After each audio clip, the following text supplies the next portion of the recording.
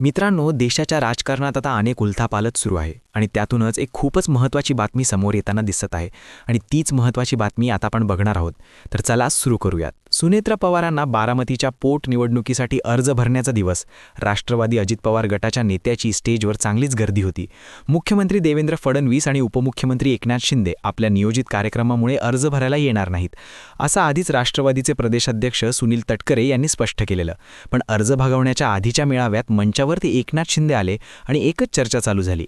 एकनाथ शिंदे अचानक कसे काय आले बरं? फक्त आले नाही तर भाषण देखील केलं. ही निवडणूक बिनविरोध व्हावी असं म्हणत त्यांनी अजितदादांच्या आठवणी देखील जागवल्या. पण एकनाथ शिंदे सुनेत्रा पवारांच्या अर्ज भरण्याच्या दिवशी बारामतीला येणं हे दिसतं तितकं साधंसोपं आहे का? यामागे नेमकं काय राजकारण शिजताना दिसतंय आणि एकनाथ शिंदेंची ही थिरकी चाल भाजपाला कशी उपतत आणू शकते, जाणून घेऊया आजच्या व्हिडिओमधून. तर मंडळी, राज्याच्या उपमुख्यमंत्री सुनेत्रा पवार या बारामतीच्या पोटनिवडणुकीसाठी उमेदवारी अर्ज भरणार असल्याने बारामतीत होणाऱ्या सभेकडे संपूर्ण महाराष्ट्राचं लक्ष होतं. गेल्या काही दिवसांपासून राष्ट्रवादीत सुरू असलेल्या अंतर्गत संघर्षाची झळ आजच्या सभेतून दिसणार का याची चर्चा होत होती. मात्र आजच्या सभेत सुनील तटकर आणि प्रफुल्ल पटेल यांनी आपण आजवर दादांचा साथ दिली आणि इथून पुढे वहिनीसोबत राहू अशा आशयाची भाषणं केली आणि राष्ट्रवादीतला अंतर्गत संघर्ष हा कसाही निवळलाय का असं चित्र निर्माण झालं. पण या सगळ्या घटनांमध्ये चर्चा झाली ती एकनाथ शिंदेंची एंट्रीची. एकीकडे केरळ आणि इतर राज्याच्या निवडणुकीच्या प्रचारात व्यस्त असणाऱ्या मुख्यमंत्री देवेंद्र फडणवीस यांनी आपल्या जागी आज चंद्रशेखर बावनकुळेंना बारामतीत पाठवलं.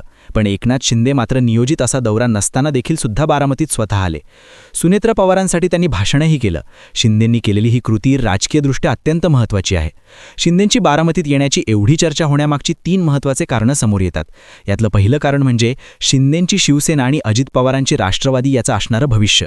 2019च्या लोकसभा आणि विधानसभा निवडणुकीत भाजप जवळपास स्वबळावरती निवडणुका लढवेल आणि सत्तेत येण्याचा प्रयत्न करेल, याची चर्चा सातत्याने होत होती. यामागे विधानसभा निवडणुकीच्या दरम्यान केंद्रीय गृहमंत्री अमित शहा यांनी कोबड्या बाजूला सारायचे आहेत असं विधान केलं होतं. तेव्हा भाजपचे मनसुबे हे स्पष्ट झाले होते. भाजपमध्ये सातत्याने होत असणारे पक्षप्रवेश इथपासून ते स्थानिक स्वराज्य संस्थाच्या निवडणुकांमध्ये महायुतीमध्ये असताना सुद्धा मित्रपक्षाच्या विरोधात लढवलेल्या निवडणुका. यामुळे भविष्यकाळात भाजपसोबत राहून सुद्धा शिंदेंची शिवसेना आणि अजितदादांच्या राष्ट्रवादीत समोर स्वतःचं अस्तित्व टिकवण्यामागचं मोठं आव्हान असणार आहे. अशा परिस्थितीत एकमेकांचा आधार होण्याची संधी एकनाथ शिंदे साधताय.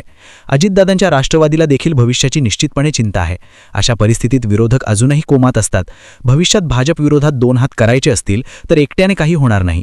अशावेळी अजितदादांच्या राष्ट्रवादीशी जवळीक कमी येऊ शकते.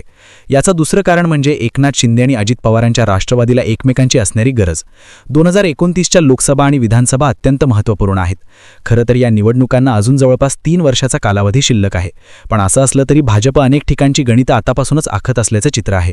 जर आपण राहुरीचं आत्ताचं उदाहरण घेतलं तर शिर्डी आणि नगर दक्षिण जिंकण्यासाठी नुकतंच पराजक्त तनपुरे यांच्यासोबत केलेली हातमिळवणी पाहिली तर भाजप किती लाँग टर्मच्या राजकारणाचा विचार करतंय हे लक्षात येतं.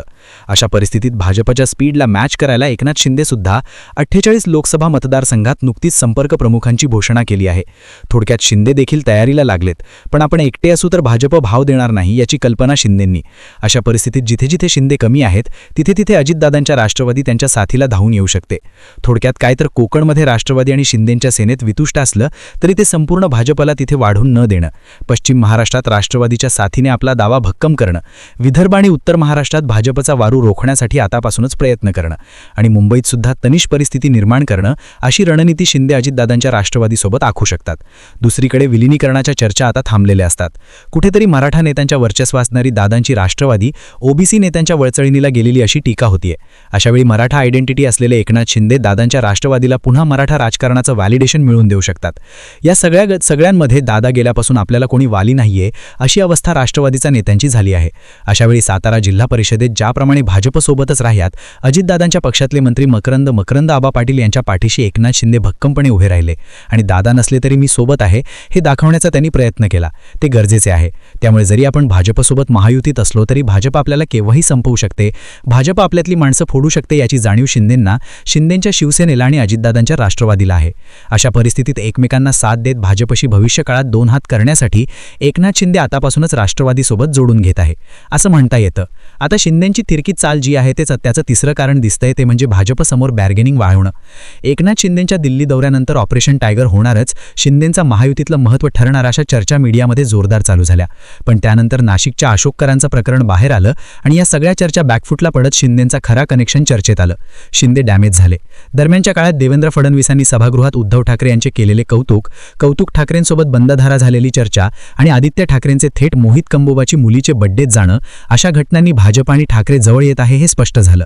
पण या सगळ्यांमध्ये एकनाथ शिंदेंची वाढलेली बार्गेनिंग पॉवर कमी करायला आणि त्यांच्यावरती वचक ठेवायला देवेंद्र फडणवीसांचे डाव वागताय असंही बोललं गेलं. त्यातल्या त्यात मधल्यामध्ये गणेश नाईक सातत्याने शिंदेंना धारेवर धरतातच असतात.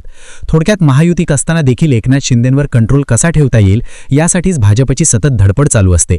अशावेळी शिंदेंना अजितदादांच्या राष्ट्रवादीशी देखील साथ मिळतीये. अर्थातच भाजपवरचा दबाव वाढवण्यासाठी शिंदेंना त्याचा फायदा होऊ शकतो. अजित पवार हयात होते तोपर्यंत फडणवीसांच्या जवळचे म्हणून ओळखले जायचे. दादांना सोबत घेऊन शिंदेंवरती कंट्रोल ठेवण्याचा फडणवीसांचा प्रयत्न असायचा. पण आता दादा नसताना दादांच्या पक्षातल्या नेत्यांना जवळ करण्यासाठी शिंदे प्रयत्न करतायत. शिंदेंवर वचक ठेवण्यासाठी फडणवीसांनी दादांना जवळ केलंय. आता हे ते शिंदेंवर वचक ठेवण्यासाठी दादांच्या राष्ट्रवादीला जवळ करताय असं चित्र दिसतंय. अर्थातच दादांची राष्ट्रवादी याला किसिबा पाठिंबा देते यावरती शिंदेंची राजकीय गणितं ठरतीये.